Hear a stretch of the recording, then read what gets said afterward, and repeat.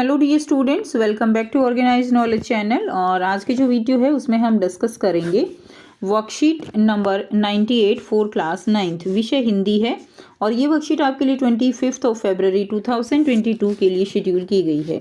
आज की जो वर्कशीट है स्टूडेंट्स, उसमें हम रीढ़ की हड्डी जो हमारा एकांकी है उसी को आगे कंटिन्यू करते हुए पढ़ेंगे। सो वर्कशीट शुरू करने से पहले प्लीज़ चैनल को सब्सक्राइब कर लीजिए, बेल आइकन को भी प्रेस कर लो ताकि आपको आने वाली वीडियोस की नोटिफिकेशन वो समय से मिल जाए।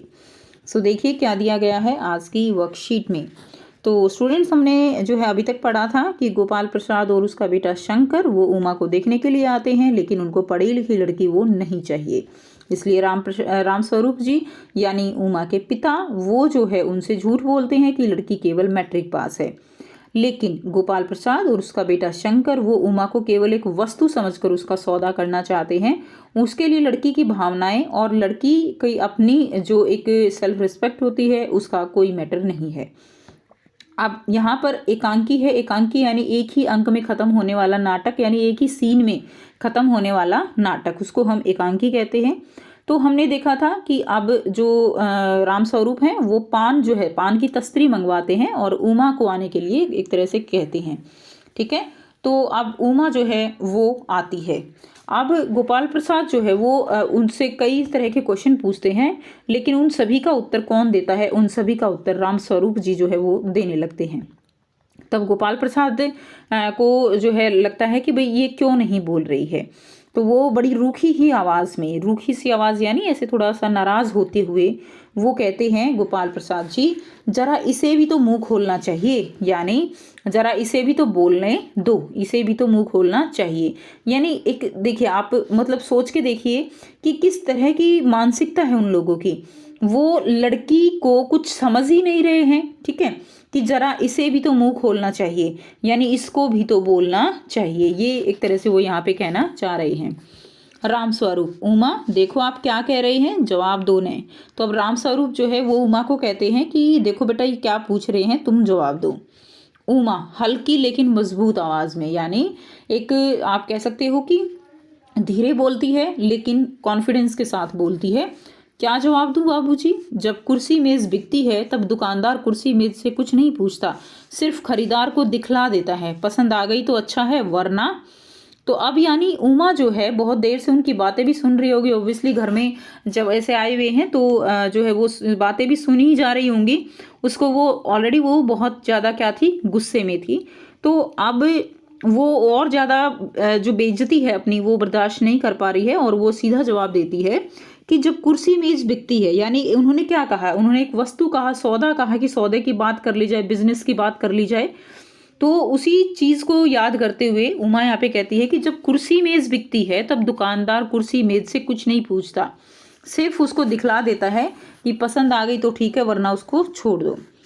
राम स्वरूप चौंक कर खड़े हो जाते हैं। उमा उमा यानी वो एक तरह से उमा को जो है एक चुप कराने के लिए खड़े हो जाते हैं।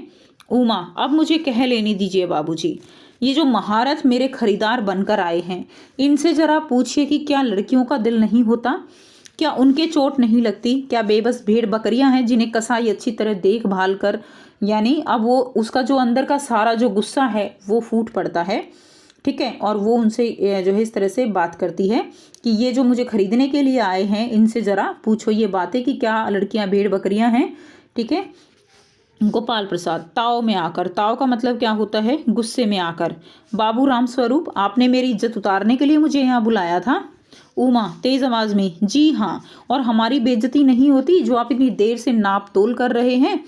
और जरा अपने इन साहबजादे से पूछिए, साहबजादा कौन है यहाँ पे, जो उसका बेटा है शंकर, कि अपने इस साहबजादे से पूछिए कि अभी पिछली फरवरी में ये लड़कियों के हॉस्टल के इर्द गिर्द क्यों घूम रहे थे।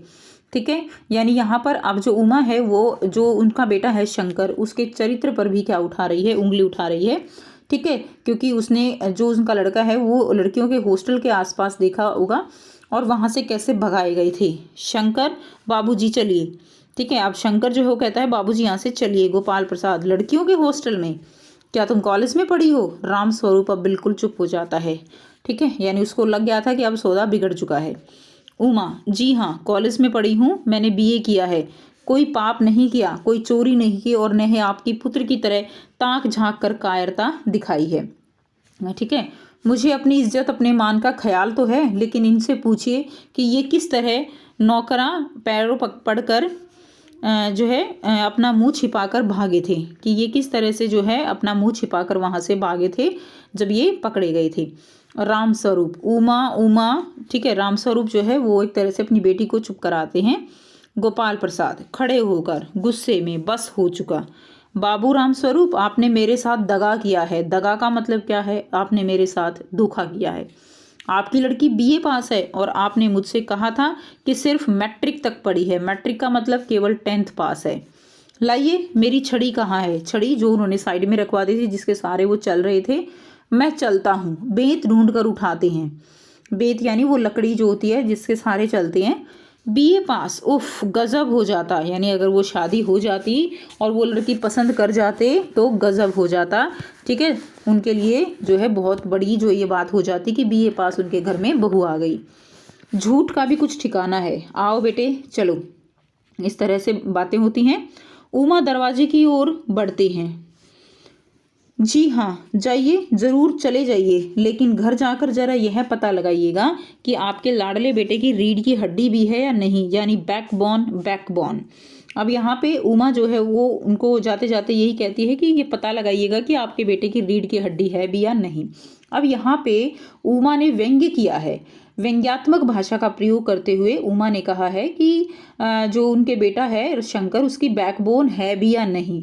यहाँ दो तरीके से, एक तो जो शंकर है वो झुककर चल रहा था, ठीक है, यानी उसकी जो बैकबोन, उसकी जो बैकबोन है उसमें कुछ प्रॉब्लम थी। दूसरा क्या है बात यहाँ पे, यानी वो हेल्दी भी नहीं था, ठीक है। और दूसरी क्या है कि वो पूरी तरह से अपने पिता पर निर्भर था, यानी उसके अंदर इतना साहस नहीं था कि वो किसी भी बात पर अपना निर्णय ले सके। तो इसीलिए भी जब कोई अपना निर्णय ना ले सके उसको हम कहते हैं कि तुम्हारी रीढ़ की हड्डी नहीं है क्या।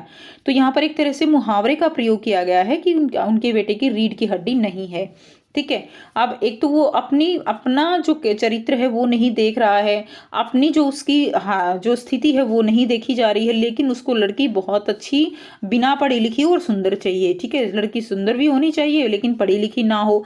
तो इस तरह से एक व्यंग्य जो है यहाँ पे उमा करती है। उसके बाद अब आपको यहाँ पे बहुत ही आसान से 4 प्रश्न दिए गए हैं जिनके आंसर हम 1 बाय 1 करेंगे। पहला प्रश्न है, गोपाल प्रसाद ने ऐसा क्यों कहा कि उमा को भी मुंह खोलना चाहिए। गोपाल प्रसाद ने ऐसा इसलिए कहा क्योंकि जो भी बात वह पूछ रहे थे उसका जवाब रामस्वरूप यानी उमा के पिता दे रहे थे, इसलिए उन्होंने कहा कि उमा को भी मुंह खोलने दो, यानी उसको बोलने दो, ठीक है।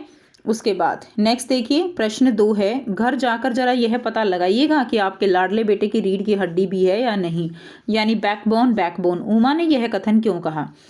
शंकर अपने हर एक निर्णय के लिए अपने पिता पर निर्भर था और साथ ही वह झुककर भी चलता था और उसका चरित्र भी अच्छा नहीं था। इन्हीं कमियों के कारण उन्होंने कहा कि वह पता करे कि उनके बेटे की रीढ़ की हड्डी है भी या नहीं। तो ये आंसर आप लिख देंगे। तीसरा प्रश्न है, इस एकांकी में आपको कौन सी बातें अच्छी लगी और क्यों लिखे। इस एकांकी में सबसे अच्छी बात यह लगी कि जो सौदा उमा के पिता और गोपाल प्रसाद करना चाहते थे वह उमा ने स्वीकार नहीं किया और उन लोगों को सबक सिखाया जो उसे एक वस्तु के रूप में देख रहे थे। तो ये आप लिख देंगे। नेक्स्ट देखिए प्रश्न 4, रामस्वरूप ने उमा के बीए तक पढ़ने की बात क्यों छुपाई होगी। तो रामस्वरूप अपनी बेटी उमा की पढ़ाई लिखाई पर गर्व करते थे। गोपाल प्रसाद के परिवार की आर्थिक स्थिति अच्छी थी और रामस्वरूप अपनी बेटी का अच्छा भविष्य चाहते थे, जिसके कारण रामस्वरूप ने उसकी पढ़ाई की बात छुपाई क्योंकि उन्हें पढ़ी लिखी लड़की नहीं चाहिए थी। तो ये आंसर आप इसमें लिख देंगे। सो ये थी स्टूडेंट्स आपकी आज की हिंदी की वर्कशीट। आई होप सभी बच्चों को ये क्लियर है। कोई भी डाउट है तो पूछ सकते हो। वीडियो अच्छी लगे तो वीडियो को ज़रूर से लाइक कर दीजिए, शेयर कर दीजिए और चैनल को सब्सक्राइब कर लीजिए। So thanks for watching, have a nice day.